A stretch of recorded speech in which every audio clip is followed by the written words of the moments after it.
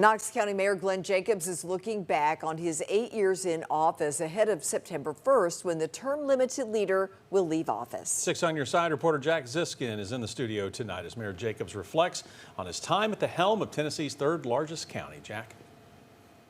Growing up on a small farm in Missouri, 5 miles outside of a town of 350 people, Glenn Jacobs tells me he viewed sports as his way out.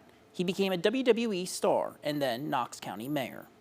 My family didn't really have a whole lot, and if an unexpected expense came along, car broke down or something like that, things get real tight for my family. I always saw professional sports as my way out to a better life. The son of a veteran, farmer and factory worker, Jacobs played basketball in high school and football in college. I hurt my knee playing football very badly. That was the end of my football career and end of my dreams of playing in the NFL. The WWE became his way out. Professional wrestling is still a team sport. You're trying to put on the best show, the best product that you can for your audience and your consumer. Kane paved the way for Mayor Jacobs. And the things that I took away from my experience in sports and in wrestling was its teamwork, its leadership. During his first term, the COVID-19 pandemic brought Knoxville and the nation to a standstill, so Kane got back in the ring. I had a couple opportunities through WWE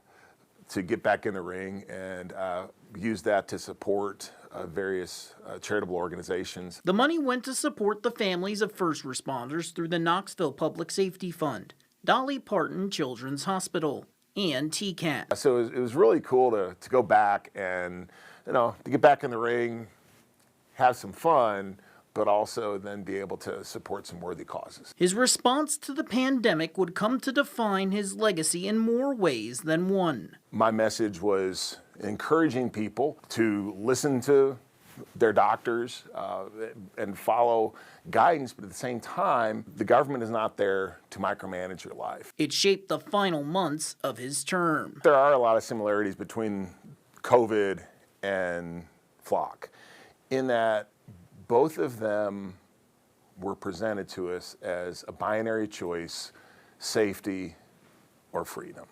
And that's not a choice at all. And that's really a false choice. You can't have safety without freedom, at least not in America. You have to have both. He credits voters for bringing Flock to his attention and urged more Knox County residents to make their voices heard. When you don't have that diversity of backgrounds, perspectives, ideas, you kind of get stuck in groupthink.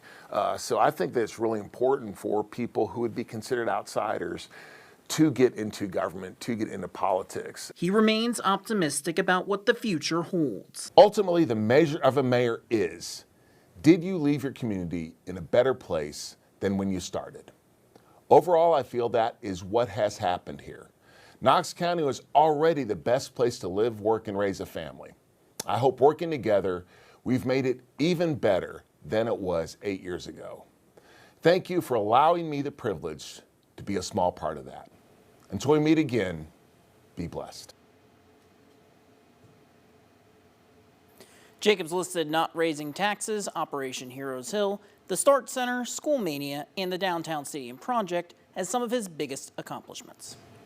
Certainly highlights, that's for sure, Jack. Thank you. And when asked about his political future, Jacob says he would have to consider whether it would be the right decision for his family. He adds that running Knox County is a big job, and he would have to consider if he has the right skill set to run for statewide office and represent all 95 counties in Tennessee.